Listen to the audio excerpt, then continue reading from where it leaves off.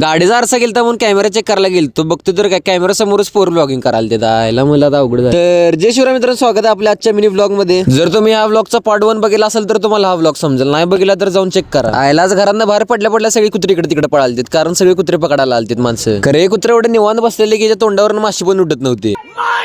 कॉलेजमध्ये जाऊन बघतो तर रणवीरनं 2 बोटा एवढा फोन आणलेला, त्यात आणि कानाला लावून फ्लेक्स करायला लागला. ते तर काय जगा वेगळंच आहे. आज सीसीटीव्ही चेक करायचं होतं म्हणून जाऊन बघतोय तर 10वीचा पेपर सुरू होता. परत रिटर्न जाऊन वर्गात बसलो. वर्गाच्या बाहेर जाऊन बघतो तर सोन्या सगळ्यांनी आबाळ हेपला, म्हणजे ज्ञान द्यायला सगळ्यांनी. लॉंग ब्रेक झाल्यानंतर नियमाप्रमाणे ग्राउंडवर जेवायला गेलो. जेवता दानिश आणि सोन्याची रील काढायची ठरली, ती पण प्रोफेशनल आहे. आता तुम्ही बघा, 1 2 3